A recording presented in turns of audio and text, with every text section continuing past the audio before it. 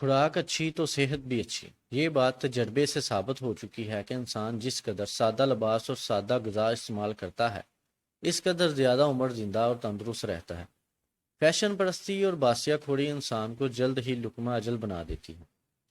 اولیاء، سادھو، فقیر اور درویش لوگ عموماً پھل اور تازہ سبزیاں کھا کر 100 150 سال زندہ رہتے ہیں۔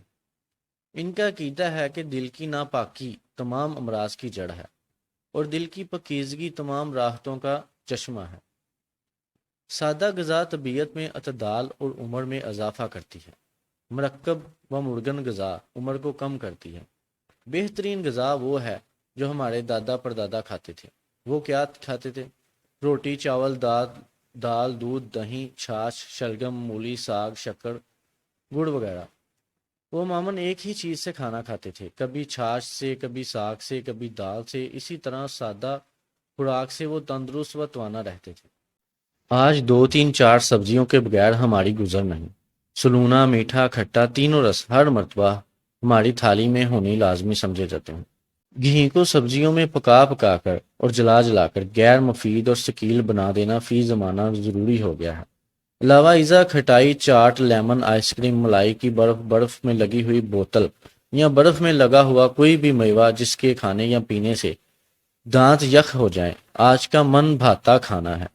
اور پھر کچا آلو، گوشت کی بوٹی، سخت ابلا ہوا انڈا، تیل کے پکوڑے، میدے کی چیزیں، ربڑی، کھویا، چائے اور سگریٹ کی بھی بھرمار ہو رہی ہے۔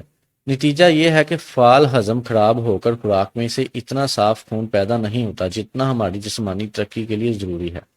لہذا کافی طاقت بخش دوا کھاتے ہوئے بھی آج ہم لوگ بجائے بڑھنے کے گھٹتے جا رہے ہیں اور ہمارا کھایا پیا مٹی میں مل رہا ہے۔ اگر آپ اپنی جوانی کو عرصہ دراز تک قائم رکھنا چاہتے ہیں تو آپ کو خوراک کے متعلق بہت احتیاط رکھنی چاہیے۔ دن میں 2 بار سے زیادہ کھانا نہ کھائیں۔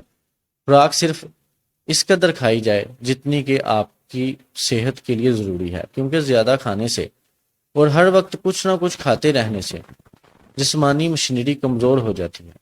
دائمی شباب کی خواہش ہے تو سادہ غذا اور سادہ لباس پہن کر اعتدال سے زندگی بسر کیجیے۔ بس یہی شباب کی کنجی ہے۔